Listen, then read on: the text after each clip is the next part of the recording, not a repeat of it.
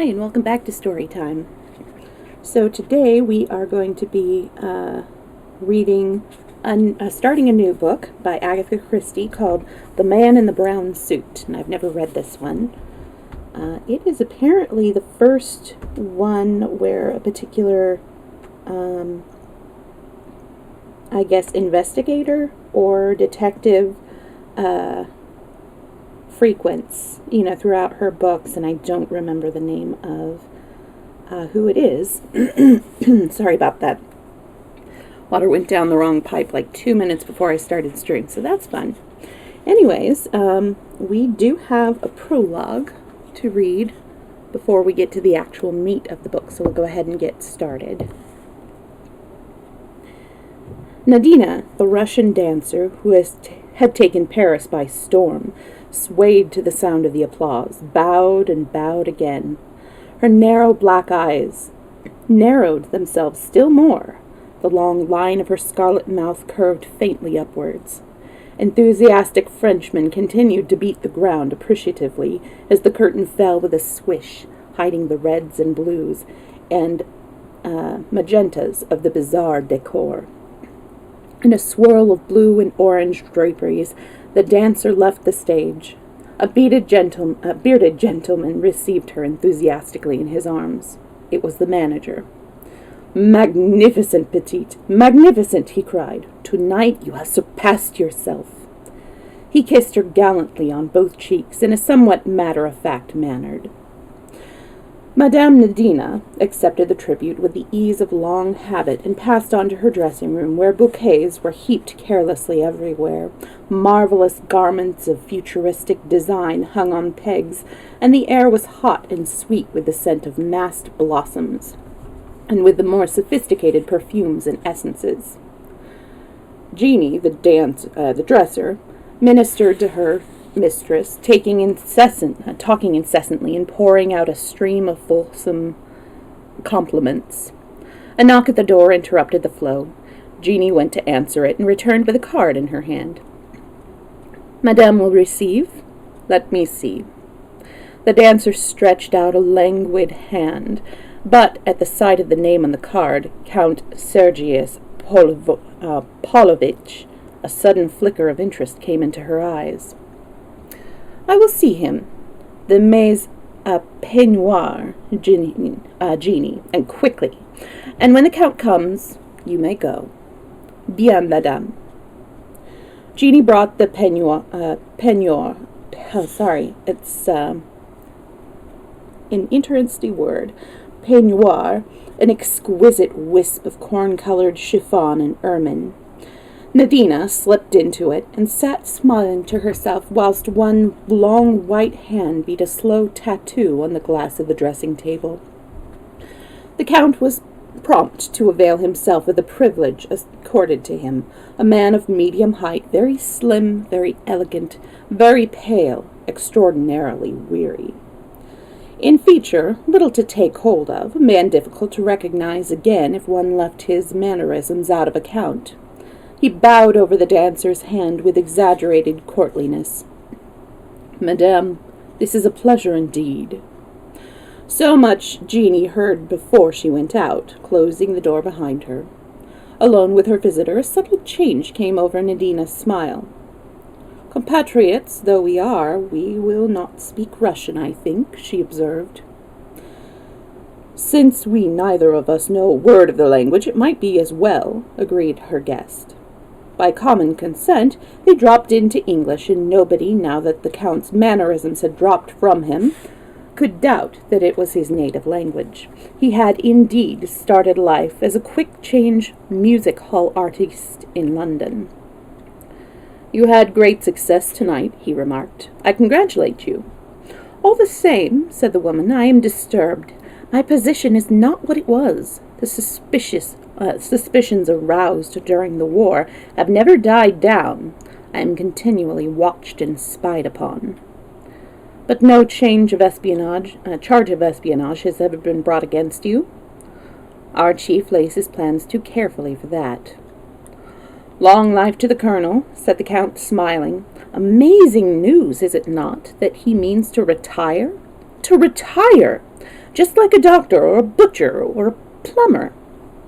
Or any other businessman, finished Nadina. It should not surprise us. This is what the Colonel has always been, an excellent man of business. He has organized crime as another man might organize a boot factory. Without committing himself, he has planned and directed a series of stupendous coups, embracing every branch of what he might call his profession. Jewel robberies, forgery, espionage, the latter was very profitable in wartime, sabotage, discreet assassination, and there is hardly anything he has not touched. Wisest of all, he knows when to stop. The game begins to be too dangerous, he retires gracefully, with an enormous fortune. Said the Count doubtfully. It is rather upsetting for all of us. We are at a loose end, as it were. But we are being paid off on a most generous scale. Some undercurrent of mockery in her tone, made the man look at her sharply. She was smiling to herself, and the quality of her smile aroused his curiosity. But he proceeded diplomatically. Yes, the Colonel has always been a great paymaster. I attribute much of his success to that, and to his invariable plan of providing a suitable scapegoat. A great brain, undoubtedly a great brain, and an apostle of the maxim, if you want a thing done safely, do not do it yourself. Here we are, every one of us, incriminated up to the hilt, and absolutely in his power, and not one of us has anything on him. He paused, almost as though he were expecting her to disagree with him, but she remained silent, smiling to herself as before. Not one of us, he mused. Still, you know, he is superstitious, the old man. Long ago, I believe, he went to one of those fortune-telling people. She prophesied a lifetime of success, but declared that his downfall would be brought about through a woman. He had interested her now. She looked up eagerly. What is strange? That is strange, very strange. Through a woman, you say? He smiled and shrugged his shoulders. Doubtless, now that he has retired, he will marry some young society beauty who will disperse his millions faster than he acquired them. Nadina shook her head. No, that is not the way of it. Listen, my friend, tomorrow I go to London. But your contract here. I shall be away only one night, and I go incognito. Like royalty. No one will ever know that I have left France, and why do you think that I go? Hardly for pleasure at this time of the year. January, a detestable foggy month. It must be for profit, eh?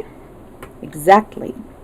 She rose and stood in front of him, every graceful line of her arrogant with pride. You said just now that none of us had anything on the chief. You are wrong. I have. I, a woman, have had the wit and, yes, the courage, for it needs courage, to double-cross him. You remember the De Beer diamonds? Yes, I remember. At Kimberley, just before the war broke out. I had nothing to do with it, and I never heard the details. The case was hushed up for some reason, was it not? A fine haul, too. £100,000 worth of stones. 2 of us worked it, under the Colonel's orders, of course, and it was then that I saw my chance. You see, the plan was to substitute some of the De Beer diamonds for some sample diamonds brought from South America by 2 young prospectors who happened to be in Kimberley at the time. Suspicion was then bound to fall on them. Very clever, interpolated the Count approvingly. The Colonel isn't always clever. Well, I did my part, but I also did one thing which the Colonel had not foreseen. I kept back some of the South American stories. 1 or 2 are unique and could easily be proved never to have passed through De Beer's hands. With these diamonds in my possession, I have the whip hand of my esteemed chief. Once the 2 young men are cleared, his part in the matter is bound to be suspected. I have said nothing all these years. I have been content to know that I had this weapon in reserve, but now matters are different. I want my price, and it will be big. I might almost say a staggering price. Extraordinary, said the Count. And doubtless you carry those diamonds with you everywhere? His eyes roamed gently around the disordered room. Nadina laughed softly. You need suppose nothing of the sort. I'm not a fool. The diamonds are in a safe place where no one will dream of looking for them. I never thought you a fool, my dear lady, but may I venture to suggest that you are somewhat foolhardy? The Colonel is not the man to take kindly to being blackmailed, you know. I'm not afraid of him, she laughed. There is only one man I have ever feared, and he is dead. The man looked at her curiously. Let us hope that he will come to life again, then, eh? He remarked lightly. What do you mean? Cried the dancer sharply. The Count looked slightly surprised. I only meant that resurrection would be awkward for you, he explained. A foolish joke. She gave a sigh of relief. Oh, no, he is dead all right, killed in the war. He was a man who once loved me. In South Africa? Asked the Count negligently. Yes, since you ask it, in South Africa. That is your native country, is it not? She nodded. Her visitor rose and reached for his hat. Well, he remarked, you know your own business best, but if I were you, I should fear the Colonel far more than any disillusioned lover. He is a man whom it is particularly easy to underestimate. Hi, Reaper. Good to see you. She laughed scornfully. As if I did not know him after all these years. I wonder if you do, he said softly. I very much wonder if you do. Oh, I'm not a fool, and I am not alone in this. The South African mail boat docks at Southampton tomorrow, and on board her is a man who has come specially from Africa at my request, and who has carried out certain orders of mine. The Colonel will have not one of us to deal with, but two. Is that wise? It is necessary. You are sure of this man? A rather peculiar smile played over the dancer's face. I am quite sure of him. He is inefficient, but perfectly trustworthy. She paused and then added in an indifferent tone of voice, as a matter of fact, he happens to be my husband. So that was the prologue that we just read. So you haven't really missed the story, just sort of the previews, I guess. Glad to hear you, see you here, Reaper. The background, by the way, that I chose, I couldn't figure out what to do for the background, since with Agatha Christie, she kind of hops around where her stories are. But I do know that Miss Marple mysteries are usually in the English countryside, and I thought, the English countryside looks rather nice and a bit mysterious in a way, so I decided to use that for my background. Chapter 1. Everyone has been at me right and left to write this story, from the greatest, represented by Lord Nasby, to the small, represented by late maid-of-all-work Emily, whom I saw when I was last in England. Law, miss, what a beautiful book you might make out of it, just like the pictures. I'll admit that I've certain qualifications for the task. I was mixed up in an affair from the very beginning. I was in the thick of it all, though, and I was triumphantly in at the death. Very fortunately, too, the gaps that I cannot supply from my own knowledge are amply covered by Sir Eustace Pedler's diary, of which he has kindly begged me to make use. So here I go. Anne Bedingfield starts to narrate her adventures. I'd always longed for adventures. You see, my life had such a dreadful sameness. My father, Professor Bedingfield, was one of England's greatest living authorities on primitive man. He really was a genius. Everyone admits that. His mind dwelt in Paleolithic times, and the inconvenience of life for him was that his body inhabited the modern world. Papa did not care for modern man. Even Neolithic man he despised as a mere herder of cattle, and he did not rise to enthusiasm until he reached the Mousterian period. Unfortunately, one cannot entirely dispense with modern men. One is forced to have some kind of truck with butchers and bakers and milkmen and greengrocers. Therefore, Papa being immersed in the past, Mama having died when I was a baby, it fell to me to undertake the practical side of living. Frankly, I hate Paleolithic man. Be he Aurignacian, Mousterian, Chelian, or anything else, and though I typed and revised most of Papa's Neanderthal man and his ancestors, Neanderthal men themselves fill me with loathing, and I always reflect that a fortunate circumstance it was that they became extinct in remote ages. I do not know whether Papa guessed my feelings on the subject. Probably not, and in any case, he would not have been interested. The opinion of other people never interested him in the slightest degree. I think it was really a sign of his greatness. In the same way, he lived quite detached from the necessities of daily life. He ate what was put before him in an exemplary fashion, but seemed mildly pained when the question of paying for it arose. We never seemed to have any money. His celebrity was not of the kind that brought in a cash return. Although he was a fellow of almost every important society and had rows of letters after his name, the general public scarcely knew of his existence, and his long-learned books, though adding signally to the sum total of human knowledge, had no attraction for the masses. Only on one occasion did he leap into the public gaze. He had read a paper before some society on the subject of the young of the chimpanzee. The young of the human race show some anthropoid features, whereas the young of the chimpanzee approach more nearly to the human than the adult chimpanzee does. That seems to show that whereas our ancestors are more simian than we are, the chimpanzees were of a higher type than the present species. In other words, the chimpanzee is a degenerate.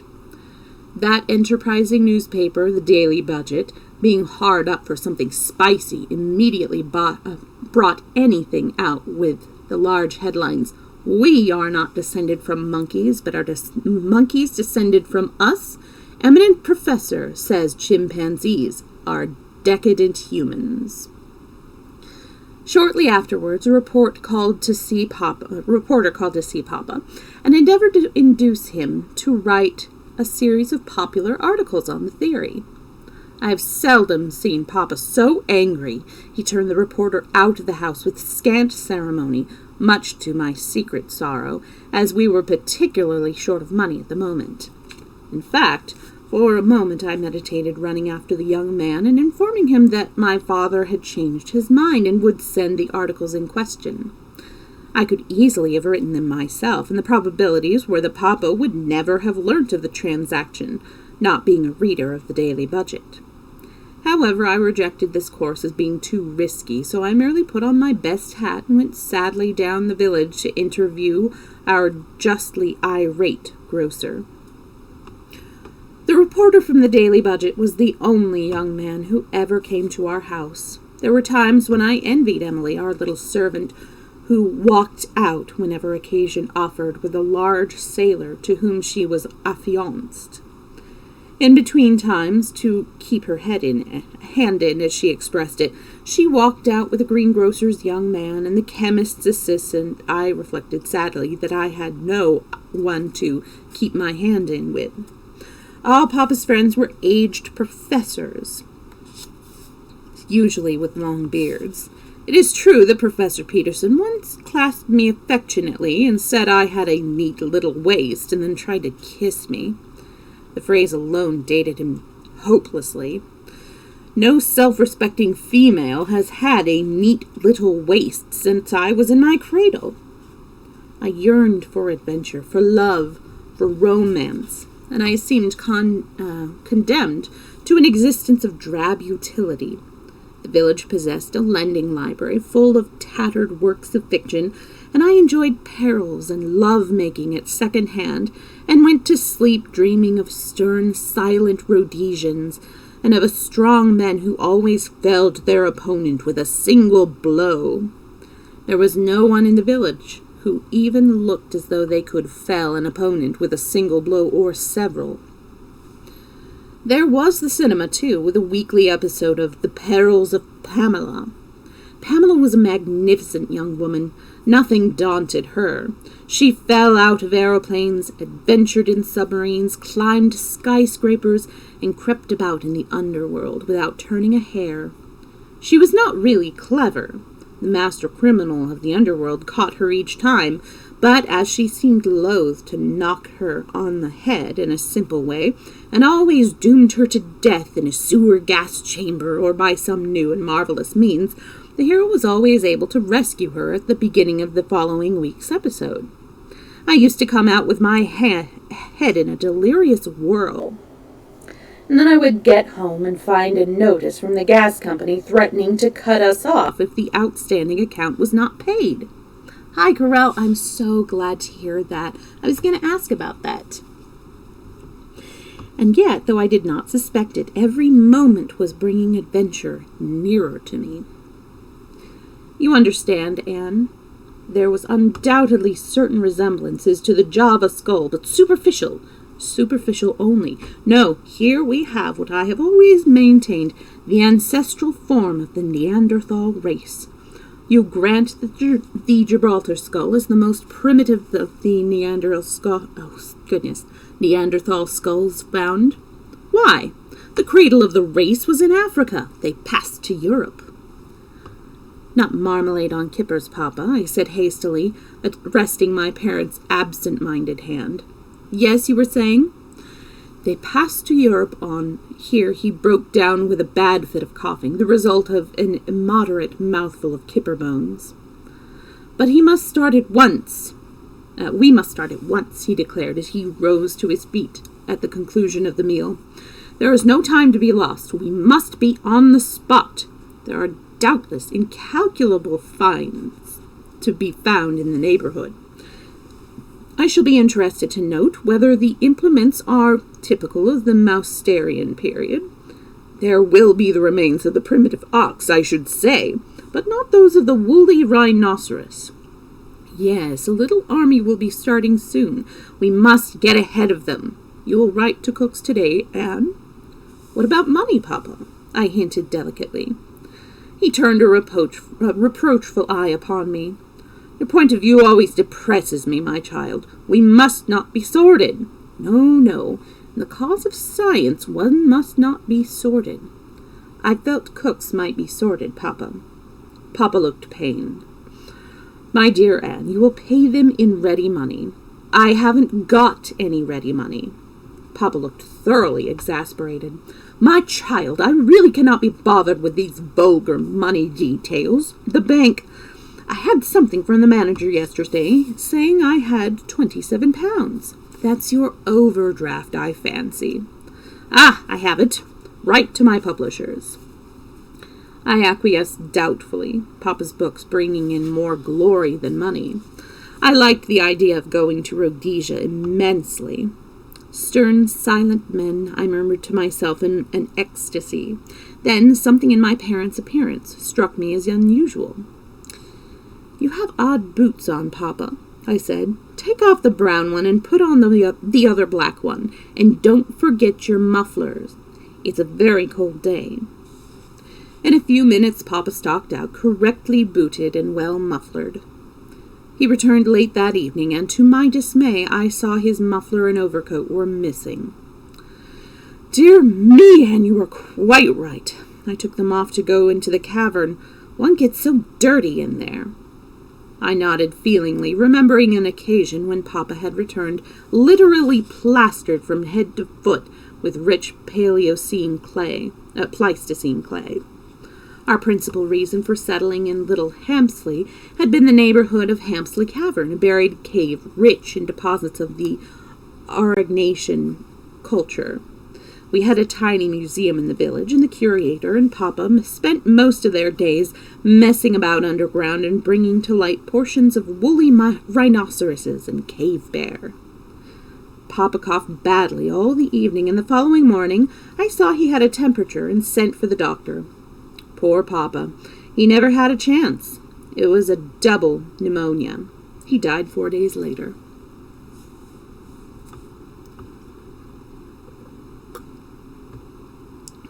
Really glad to hear the news, Carell. Between chapters, so I can chat a little bit more.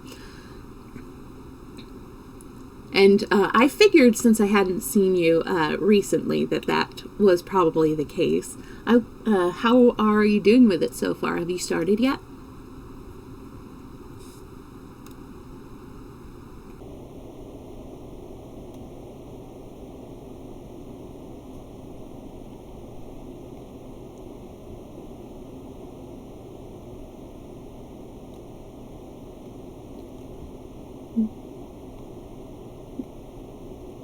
Oh, okay. Well, I'll be knocking on wood for you. And I'll go ahead and continue, and we can chat a little bit more between the next two chapters, or between this and the next chapter.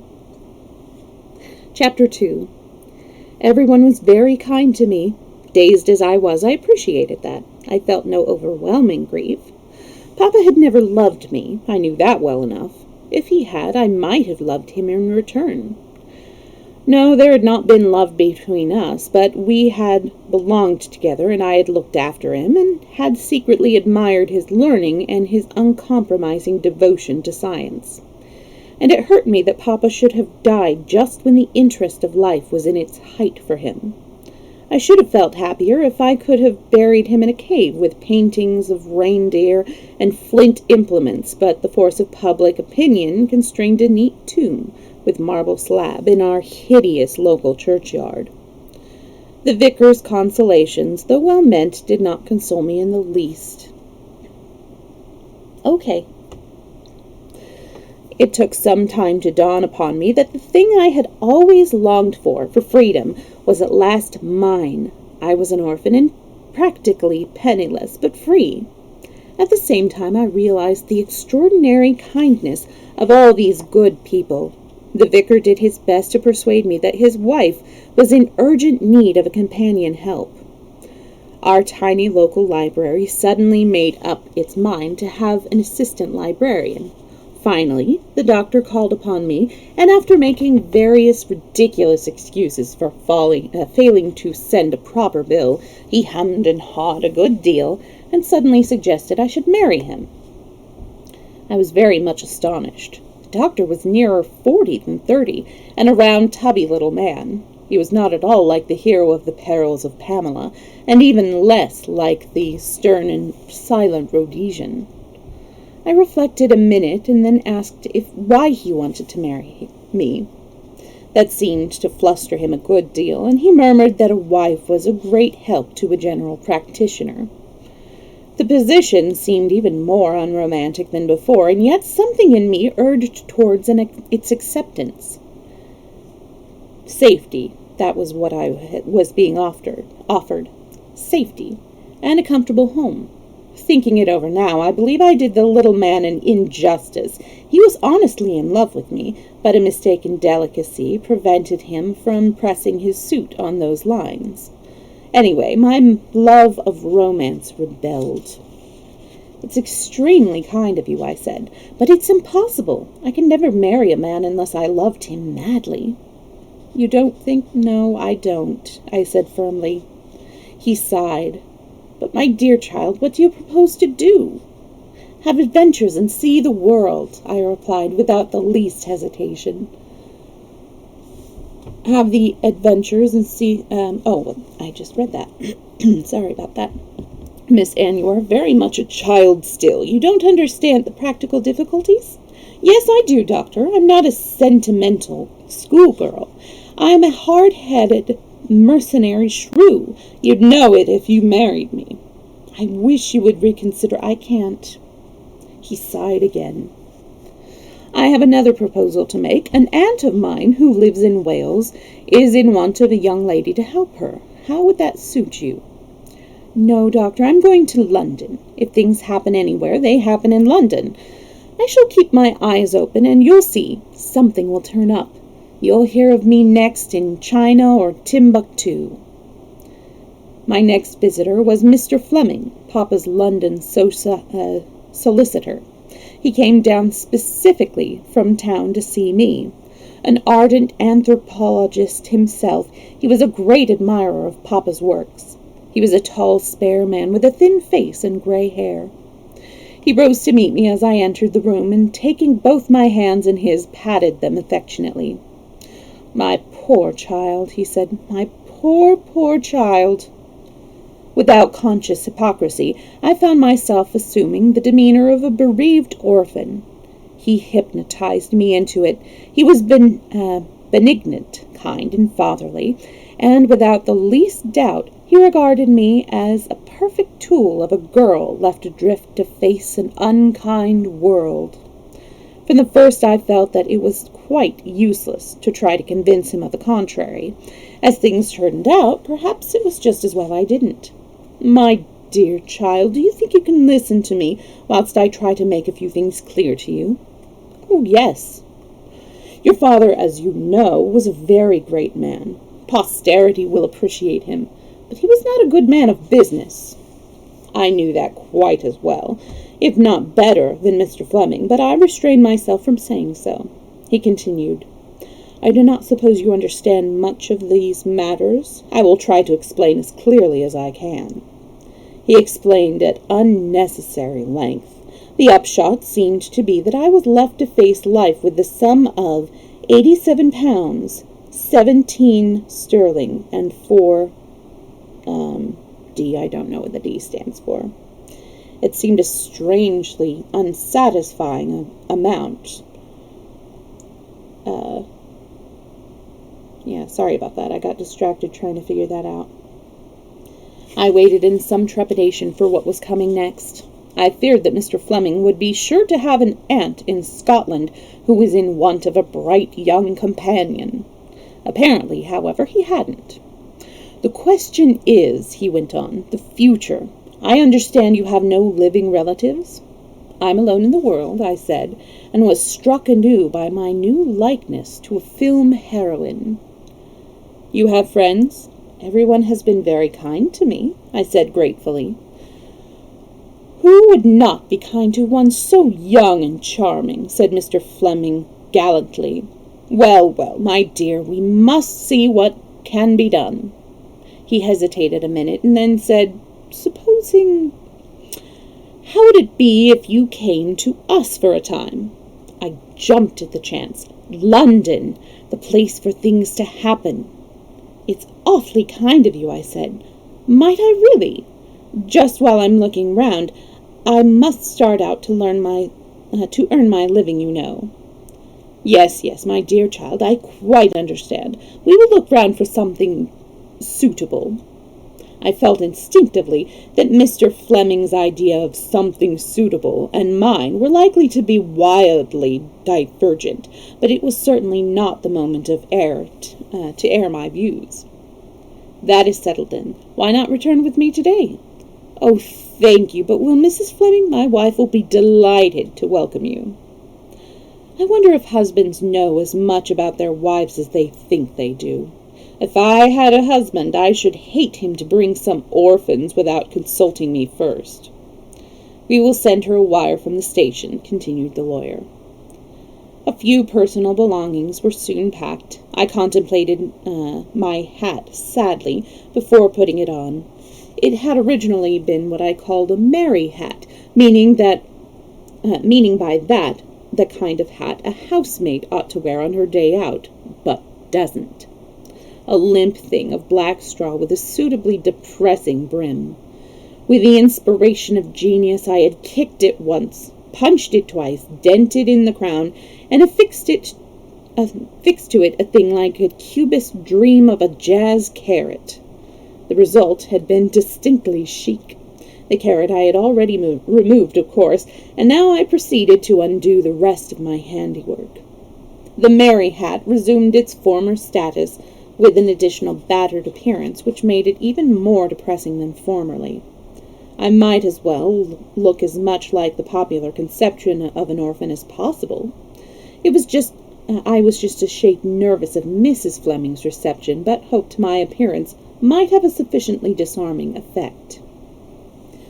Mr. Fleming was nervous too. I realized that as we went up the stairs of the tall house in a quiet Kensington square. Mrs. Fleming greeted me pleasantly enough. She was a stout, placid woman of the good wife and mother type.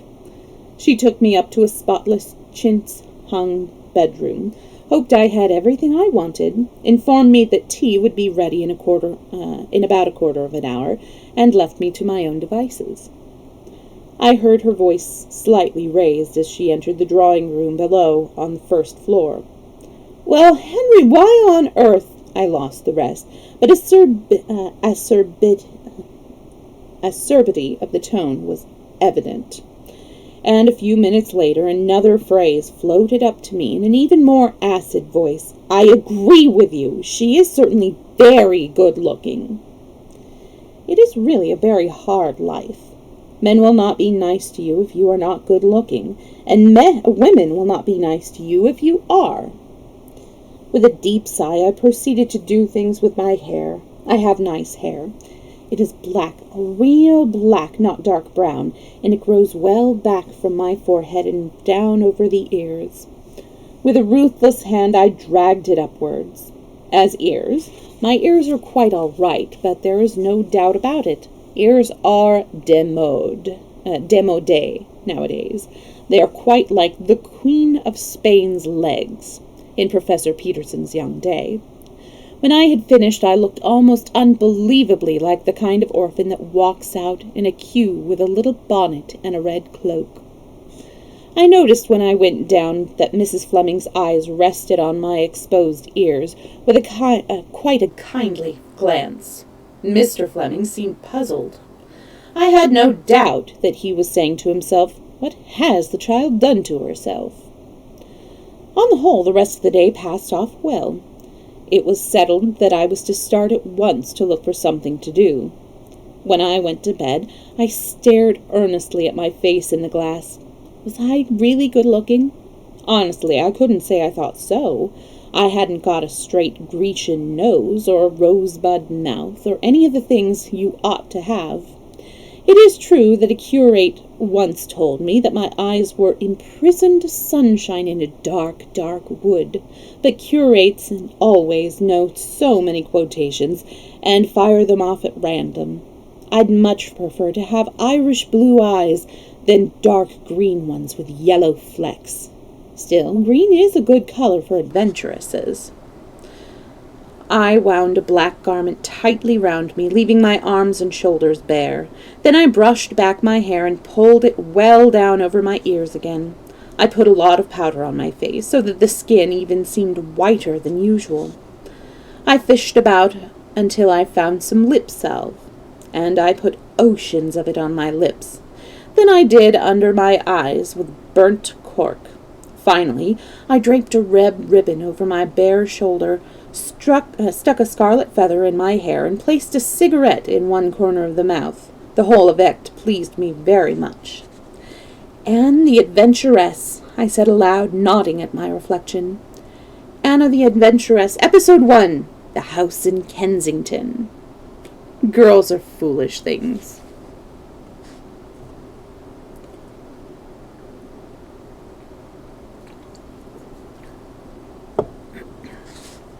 Chapter 3. In the succeeding weeks I was a good deal bored. Mrs. Fleming and her friends seemed to me to be supremely uninteresting. They talked for hours of themselves and their children, and of the difficulties of getting good milk for the children, and of what they say to the dairy when the milk wasn't good. Then they would go on to the servants, and the difficulties of getting good servants, and of what they had said to the woman at the registry office, and of what the woman at the registry office had said to them. They never seemed to read the papers, or to care about what went on in the world. They disliked traveling. Everything was so different in England. The Riviera was all right, of course, because one met all one's friends there. I listened and contained myself with difficulty. Most of these women were rich. The whole wide, beautiful world was there to wander in, and they deliberately stayed in dirty, dull London and talked about milkmen and servants. I think now, looking back, that I was perhaps a shade intolerant. But they were stupid even at their chosen job. Most of them kept the most extraordinary, inadequate, and muddled housekeeping accounts.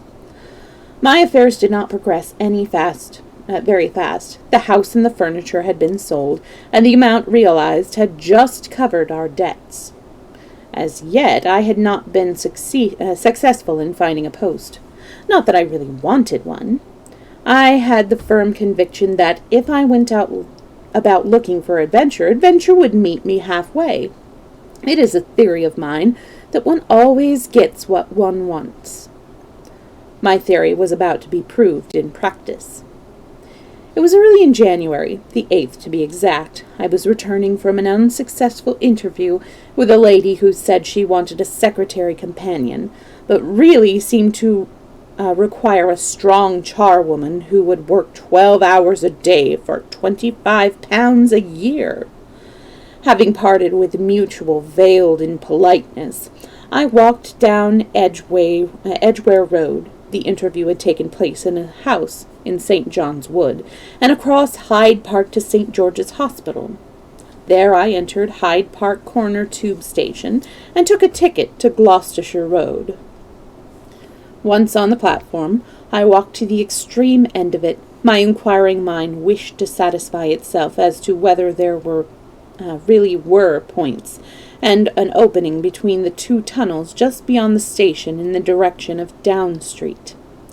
I was foolishly pleased to find I was right. There were not many people on the platform, and at the extreme end there was only myself and one man. As I passed him, I sniffed dubiously. If there is one smell I cannot bear, it is that of mothballs. This man's heavy overcoat simply reeked of them, and yet most men began to wear their winter overcoats before January, and consequently by this time the smell ought to have worn off. The man was beyond me, standing close to the edge of the tunnel. He seemed lost in thought, and I was able to stare at him without rudeness. He was a small, thin man, very brown of face, with blue, light eyes and a small, dark beard. Just come from abroad, I deduced. That's why his overcoat smells so. He's come from India. Not an officer, or he wouldn't have a beard. Perhaps he's a tea planter. At this moment, the man turned as though to retrace his steps along the platform. He glanced at me, and then his eyes went on to something behind me, and his face changed. It was distorted by fear, almost panic. He took a small step backward, as though involuntarily recoiling from some danger, forgetting that he was standing on the extreme edge of the platform, and went down and over. There was a vivid flash from the rails, and a crackling sound. I shrieked. People came running up. 2 station officials seemed to materialize from nowhere, and took command. I remained where I was, rooted to the spot by a sort of horrible fascination. Part of me was appalled at the sudden disaster, and another part of me was coolly and dispassionately interested in the methods employed for lifting the man off the live rail and back onto the platform. "Let me pass, please. I am a medical man." A tall man with a brown beard pressed past me and bent over the motionless body. As he examined it, a curious sense of unreality seemed to possess me. This thing wasn't real. Couldn't be. Finally, the doctor stood upright and shook his head. "Dead as a doornail. Nothing to be done." We had all crowded nearer, and an aggrieved porter raised his voice. "Now then, stand back there, will you? What's the sense in crowding round?" A sudden nausea seized me, and I turned blindly and ran up the stairs again towards the lift. I felt that it was too horrible. I must get out into the open air. The doctor who had examined the body was just ahead of me.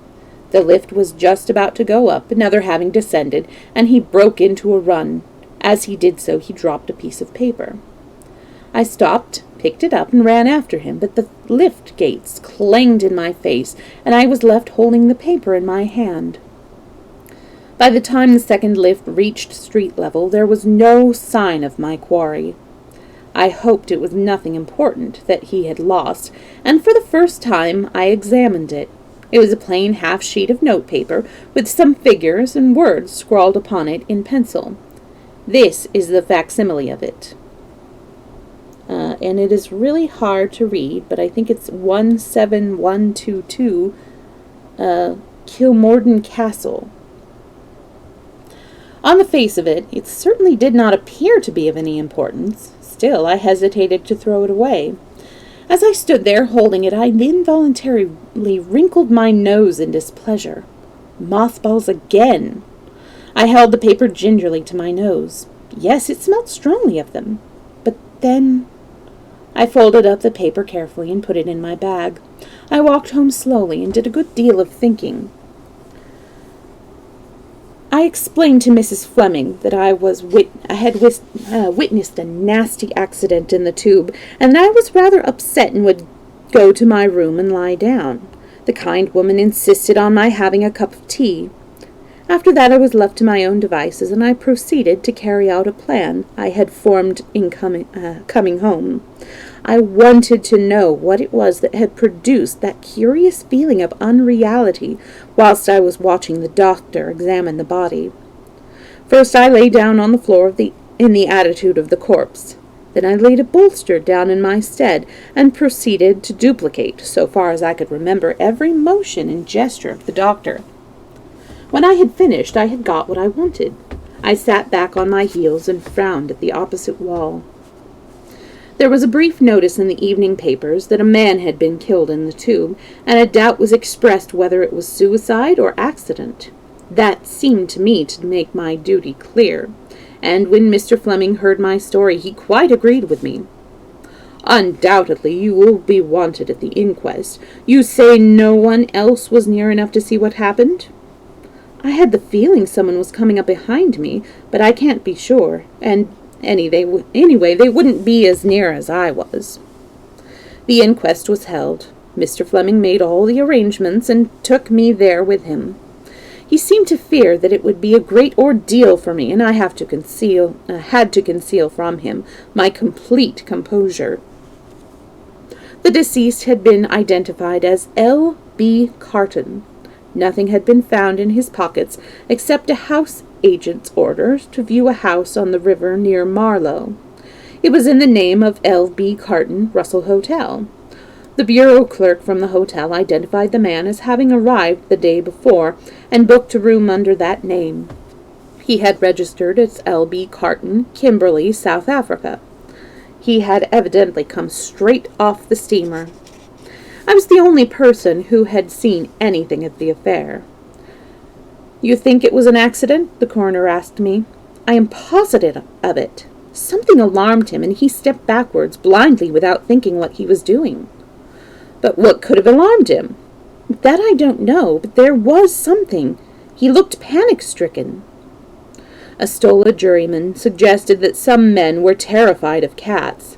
The man might have seen a cat. I didn't think his suggestion was a very brilliant one, but it seemed to pass muster with the jury, who were obviously impatient to get home, and only too pleased at being able to give a verdict of accident as opposed to suicide. "It is extraordinary to me," said the coroner, "that the doctor who first examined the body has not come forward. His name and address should have been taken at the time. It was most irregular not to do so."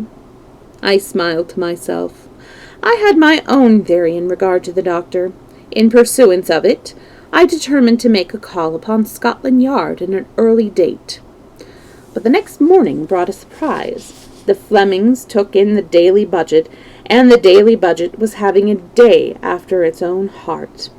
Extraordinary sequel to tube accident. Woman found strangled in lonely house. I read eagerly. A sensational discovery was made yesterday at the Mill House, Marlow. The Mill House, which is the property of Sir Eustace Pedler, M.P., is to be left unfurnished, and an order to view if this property was found in the pocket of the man who was at first thought to have committed suicide by throwing himself in the live rail at Hyde Park Corner Tube Station. In an upper room of the Mill House, the body of a beautiful young woman was discovered yesterday, strangled. She is thought to be a foreigner, but so far has not been identified. The police are reported to have a clue. Sir Eustace Pedler, the owner of the Mill House, is wintering on the Riviera.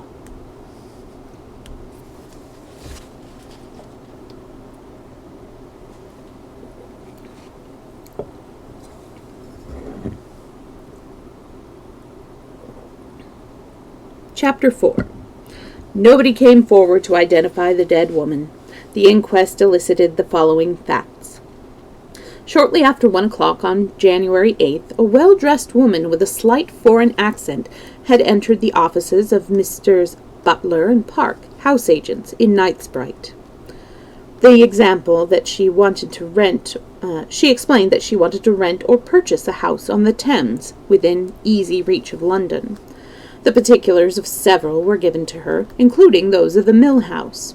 She gave the name of Mrs. de Castina and her address at the Ritz, but there proved to be no one of that name staying there, and the hotel people failed to identify the body. Mrs. James, the wife of Sir Eustace Pedler's gardener, who acted as caretaker to the Mill House, had inhabited the small lodge opening on the main road, gave evidence. About 3 o'clock that afternoon, a lady came over to see the house. She produced an order from the house agents, and, as was the usual custom, Mrs. James gave her the keys to the house. It was situated at some distance from the lodge, and she was not in the habit of accompanying prospective tenants. A few minutes later, a young man arrived. Mrs. James described him as tall and broad-shouldered, with a bronzed face and light grey eyes. He was clean-shaven and was wearing a brown suit. He explained to Mrs. James that he was a friend of the lady who had come to look over the house, but had stopped at the post office to send a telegram. She directed him to the house and thought no more about the matter. 5 minutes later he reappeared, handed back the keys, and explained that he feared the house would not suit them. Mrs. James did not see the lady, but thought that she had gone on ahead. What she did notice was that the young man seemed very much upset about something. He looked like a man who'd seen a ghost. I thought he was taken ill. On the following day, another lady and gentleman came to see the property and discovered the body lying on the floor in one of the upstairs rooms. Mrs. James identified it as that of the lady who had come the day before. The house agents also recognized it as that of Mrs. de Castina. The police surgeon gave it as his opinion that the woman had been dead about 24 hours. The Daily Budget had jumped to the conclusion that the man in the tube had murdered the woman and afterwards committed suicide. However, as the tube victim was dead at 2 o'clock and the woman was alive and well at 3 o'clock, the only logical conclusion to come to was that the two occurrences had nothing to do with each other, and that the order to view the house at Marlow found in the dead man's pocket was merely one of those coincidences which so often occur in this life. A verdict of willful murder against some person or persons unknown was returned, and the police and the Daily Budget were left to look for the man in the brown suit. Since Mrs. James was positive that there was no one in the house when the lady entered it, and that nobody except the young man in question entered it until the following afternoon, it seemed only logical to conclude that he was the murderer of the unfortunate Mrs. de Castina. She had been strangled with a piece of stout black cord, and had evidently been caught unawares, with no time to cry out. The black silk handbag which she carried contained a well-filled note-case and some loose change, a fine handkerchief, unmarked, and the return half a first-class ticket to London. Nothing much there to go on. Such were the details published broadcast by the Daily Budget, and "Find the man in the brown suit" was their daily war cry. On an average, about 500 people wrote daily to announce their success in the quest, and tall young men with well-tanned faces cursed the day when their tailors had persuaded them to a brown suit. The accident in the tube, dismissed as a coincidence, faded out of the public mind. Was it a coincidence? I was not so sure. No doubt I was prejudiced. The tube incident was my own pet mystery, but there certainly seemed to me to be a connection of some kind between the two fatalities. In each there was a man with a tanned face, evidently an Englishman living abroad, and there were other things. It was the consideration of these other things that finally impelled me to what I considered a dashing step. I presented myself at Scotland Yard and demanded to see whoever was in charge of the Mill House case. My request took some time to understand, as I had inadvertently selected the department for lost umbrellas, but eventually I was ushered into a small room and presented to Detective Inspector Meadows. Inspector Meadows was a small man with a ginger head and what I considered a particularly irritating manner. A satellite, also in plain clothes, sat unobtrusively in a corner. "Good afternoon," I said nervously. "Good morning. Will you take a seat? I understand you have something to tell me that you think may be of use to us." His tone seemed to indicate that such a thing was unlikely in the extreme. I felt my temper stir. "Of course you know about the man who was killed in the tube, the man who had an order to view this same house at Marlow in his pocket?" "Ah," said the inspector, "you are the Miss Bedingfeld who gave evidence at the inquest. Certainly the man had an order in his pocket. A lot of other people may have had too, only they didn't happen to be killed." I rallied my forces. "I don't think it odd that this man had no ticket in his pocket." You don't think it odd that this man had no ticket in his pocket?" "Easiest thing in the world to drop your ticket. Done it myself." "And no money?" "He had some loose change in his trouser pocket, but no note case. Some men don't carry a pocketbook or note case of any kind." I tried another tack. "You don't think it's odd that the doctor never came forward afterwards?" "A busy medical man very often doesn't read the papers. He probably forgot all about the accident." "In fact, Inspector, you are determined to find nothing odd," I said sweetly. "Well, I'm inclined to think you're a little too fond of the word, Miss Bedingfeld. Young ladies are romantic, I know, fond of mysteries and such like, but as I'm a busy man, I took the hint and rose." The man in the corner raised a meek voice. "Perhaps if the young lady would tell us briefly what her ideas really are on the subject, Inspector?" The inspector fell in with the suggestion readily enough. "Yes, come now, Miss Bedingfeld, don't be offended. You've asked questions and hinted things. Just straight out, what is it you've got on your mind?" I wavered between injured dignity and the overwhelming desire to express my theories. Injured dignity went to the wall. "You said at the inquest you were positive it wasn't suicide?" "Yes, I'm quite certain of that. The man was frightened." "What frightened him?" "It wasn't me, but someone might have been walking up the platform towards us, someone he recognized." "You didn't see anyone?" "No," I admitted. "I didn't turn my head." Then, as soon as the body was recovered from the line, a man pushed forward to examine it, saying he was a doctor. "Nothing unusual in that," said the inspector dryly. "But he wasn't a doctor." "What?" "He wasn't a doctor," I repeated. "How do you know that, Miss Bedingfeld?" "It's difficult to say exactly. I've worked in hospitals during the war, and I've seen doctors handle bodies. There's a sort of deft professional callousness that this man hadn't got. Besides, a man doesn't usually feel for the heart on the right side of the body."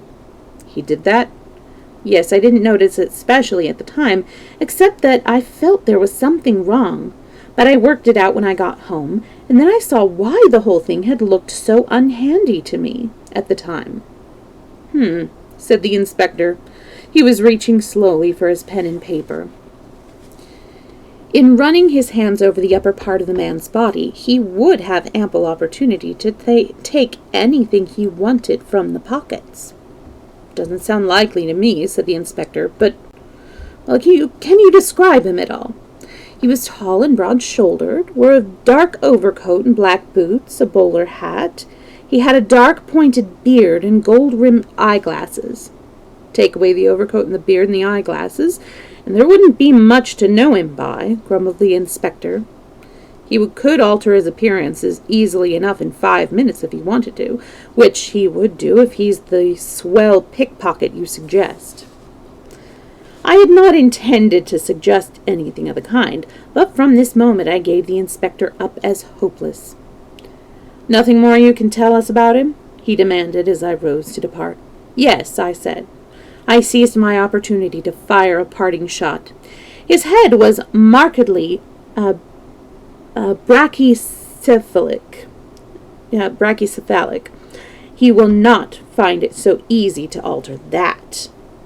I observed with pleasure that Inspector Meadows' pen wavered.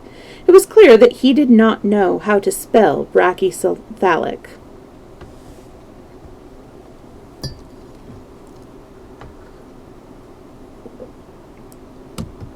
Chapter 5. In the first heat of indignation, I found my next step unexpectedly easy to tackle. I had had a half-formed plan in my head when I went to Scotland Yard, one to be carried out if my interview was unsatisfactory. It had been profoundly unsatisfactory. That is, if I had the nerve to go through with it. Things that one would shrink from attempting normally are easily tackled in a flush of anger. Without giving myself time to reflect, I walked straight to the house of Lord Nasby. Lord Nasby was the millionaire owner of the Daily Budget. He owned other papers, several of them, but the Daily Budget was his special child. It was as the owner of the Daily Budget that he was known to every householder in the United Kingdom. Owing to the fact that an itinerary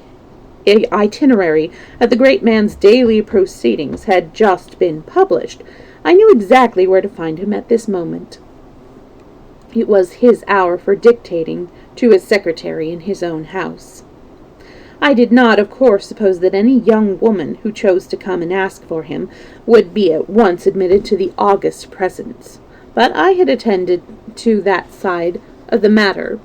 In the card tray in the hall of the Flemings' house, I had observed the card of the Marquis of Loamsley, England's most famous sporting peer. I had removed the card, cleaned it carefully with breadcrumbs, and penciled upon it the words, "Please give Miss Bedingfeld a few moments of your time. Adventuresses must not be too scrupulous in their methods." The thing worked. A powdered footman received the card and bore it away. Presently, a pale secretary appeared. I fenced with him successfully. He retired in defeat. He again reappeared and begged me to follow him. I did so. I entered a large room. A frightened-looking shorthand typist fled past me like a visitant from the spirit world. Then the door shut, and I was face to face with Lord Nasby. A big man. Big head, big face, big mustache, big stomach. I pulled myself together. I had not come here to comment on Lord Nasby's stomach. He was already roaring at me. "Well, what is it? What does Loamsley want? You are his secretary? What's it all about?" "To begin with," I said with as great an appearance of coolness as I could manage, "I don't know Lord Loamsley, and he certainly knows nothing about me. I took his card from the tray in the house of the people I'm staying with, and I wrote those words on it myself. It was important that I should see you." For a moment it appeared to be a toss-up as to whether Lord Nasby had apoplexy or not. In the end he swallowed twice and got over it. "I admire your coolness, young woman. Now you see me." If you interest me, you will continue to see me for exactly 2 minutes longer." That will be ample," I replied, "and I shall interest you. It's the Mill House mystery." "If you've found the man in the brown suit, write to the editors," he interrupted hastily. If you will interrupt, I shall be more than 2 minutes," I said sternly. "I haven't found the man in the brown suit, but I'm quite likely to do so." In as few words as possible, I put the facts of the tube accident and the conclusions I had drawn from them behind him. When I had finished, he said unexpectedly, "What do you know of brachycephalic heads?" I mentioned Papa. "The monkey man? Eh? Well, you seem to have a head of some kind upon your shoulders, young woman, but it's all pretty thin, you know. Not much to go upon, and no use to us as it stands." "I'm perfectly aware of that." "What do you want, then?" "I want a job on your paper to investigate this matter." "Can't do that. We've got our own special man on it." "And I've got my own special knowledge." "What you've just told me, eh?" "Oh, no, Lord Nasby. I've still got something up my sleeve." "Oh, you have you? You seem a bright sort of girl. Well, what is it?" When this so-called doctor got into the lift, he dropped a piece of paper. I picked it up. It smelt of mothballs. So did the dead man. The doctor didn't. So I saw at once that the doctor must have taken it off the body. It had 2 words written on it and some figures. "Let's see it." Lord Nasby stretched out a careless hand. "I think not," I said, smiling. "It's my find, you see." "I'm right. You are a bright girl. Quite right to hang on to it. No scruples about not handing it over to the police." "I went there to do so this morning. They persisted in regarding the whole thing as having nothing to do with the Marlowe affair. So I thought that in the circumstances I was justified in retaining the paper. Besides, the inspector put my back up." Short-sighted man. "Well, my dear girl, here's all I can do for you. Go on working on this line of yours. If you get anything that's publishable, send it along and you shall have your chance. There's always room for real talent on the daily budget. But you've got to make good first, see?" I thanked him and apologized for my methods. "Don't mention it. I rather like cheek from a pretty girl. But, by the way, you said 2 minutes and you've been 3, allowing for interruptions. For a woman, that's quite remarkable. Must be your scientific training." I was in the street again, breathing hard as though I'd been running. I found Lord Nasby rather wearing as a new acquaintance.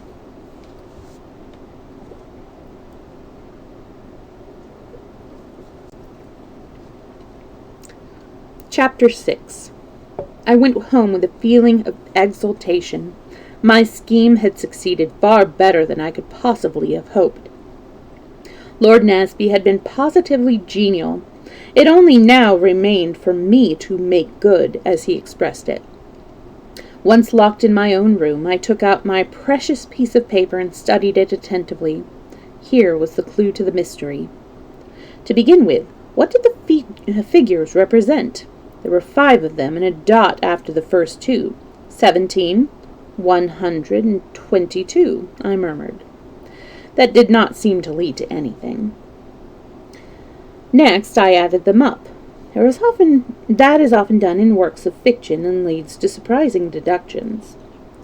1 and 7 make 8, and 1 is 9, and 2 are 11, and 2 are 13. 13, fateful number. Was this a warning to me to leave the whole thing alone? Very possibly. Anyway, except as a warning, it seemed to be singularly useless. I declined to believe that any conspirator would take that way of writing 13 in real life. If he means 13, he would write 13, 1, 3, like that. There was a space between the 1 and the 2.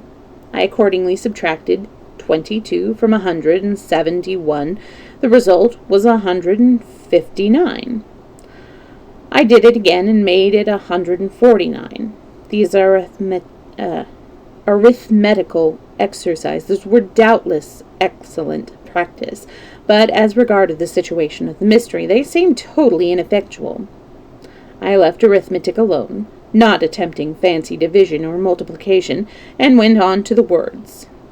Kilmorton Castle. That was something definite. A place, probably the cradle of an aristocratic family. Missing heir? Claimant to title? Or possibly a picturesque ruin. Buried treasure? Yes, on the whole, I incline to the theory of buried treasure. Figures always go with buried treasure. 1 pace to the right, 7 paces to the left, dig 1 foot, descend 22 steps, that sort of idea. I could work out that later. The thing was to get to Kilmorton Castle as quickly as possible. I made a strategic sally from my room and returned laden with books of reference. Who's Who, Whitaker, a Gazetteer, a history of Scotch ancestral homes, and somebody or other's British Isles. Time passed. I searched diligently, but with growing annoyance. Finally, I shut the last book with a bang. There appeared to be no place as Kilmorton Castle. There was an unexpected check. There must be such a place. Why should anyone invent a name like that and write it down on a piece of paper? Absurd. Another idea occurred to me. Possibly it was a castellated abomination in the suburbs with a high-sounding name invented by its owner. But if so, it was going to be extraordinarily hard to find. I sat back gloomily on my heels. I always sit on the floor to do anything really important, and wondered how on earth I was to set about it. Was there any other line I should follow? I reflected earnestly, and then sprang to my feet delightedly. Of course, I must visit the scene of the crime. Always done by the best sleuths, and no matter how long afterward it may be, they always find something that the police have overlooked. My course was clear. I must go to Marlow. But how was I to get into the house? I discarded several adventurous methods, and plumped for stern simplicity. The house has been to let, presumably was still to let. I would be a positive tenant. I also decided on attacking the local house agents, as having fewer houses on their books. Here, however, I reckoned without my host. A pleasant clerk produced particulars of about 6 desirable properties. It took me all my ingenuity to find objections to them. In the end, I feared I had drawn a blank. "And you've really nothing else?" I asked, gazing pathetically into the clerk's eyes. "Something right on the river, and with a fair amount of garden, and a small lodge," I added, summing up the main points of the mill house, as I had gathered them from the paper. "Well, of course, there's Sir Eustace Pedlar's place," said he, doubtfully. "The mill house, you know. Not where," I faltered. Really, faltering is getting to be my strong point. "That's it, where the murder took place. But perhaps you wouldn't like—" "Oh, I don't think I should mind," I said with an appearance of rallying. I felt my bona fides was now quite established, and perhaps I might get it cheap. In the circumstances, a master touch that, I thought. "Well, it's possible. There's no pretending that it will be easy to let now. Servants and all that, you know. If you like the place after you've seen it, I should advise you to make an offer. Shall I write you out an order?" "If you please." A quarter of an hour later, I was at the lodge of the mill house. In answer to my knock, the door flew open, and a tall, middle-aged woman literally bounced out. "Nobody can go into the house, do you hear that? Fairly sick of you reporters, I am. Sir Eustace's orders are—" "I understood the house was to let?" I said freezingly, holding up my order.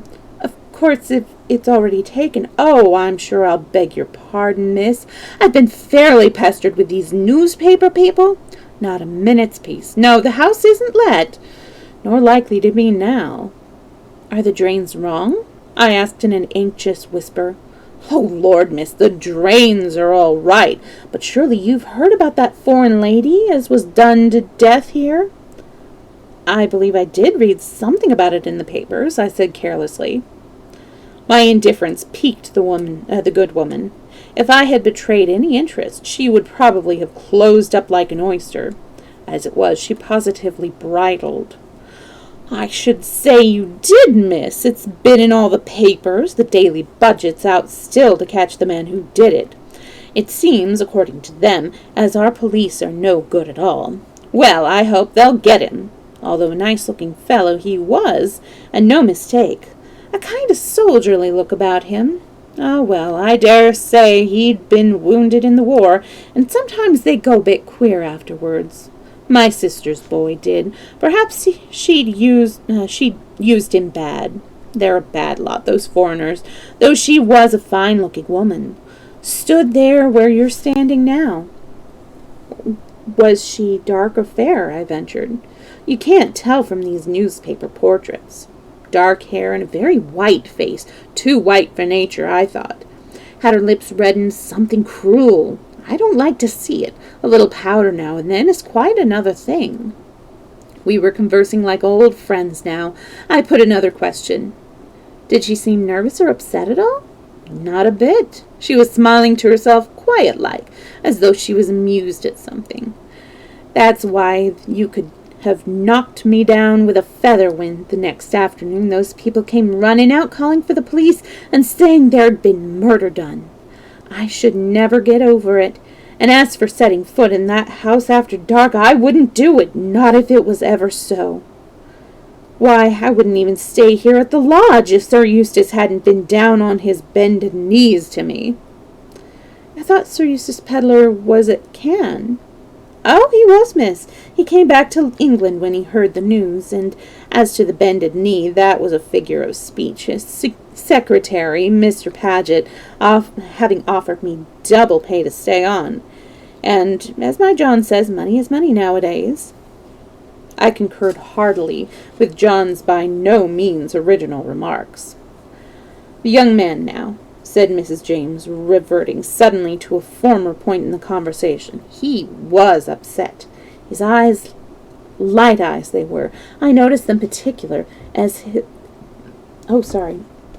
was all shining. Excited, I thought.